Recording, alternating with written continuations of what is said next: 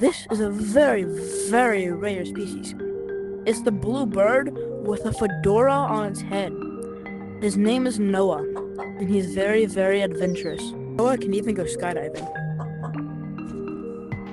Noah loves adventure so much that he'll even go cave diving. And if you're wondering, Noah's very good at jumping big gaps. Noah even likes going scuba diving.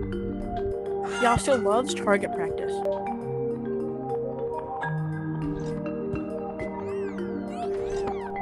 But the thing that Noah's the best at is completing dungeons.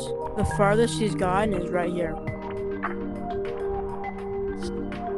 He's fine. This was a documentary all about Noah.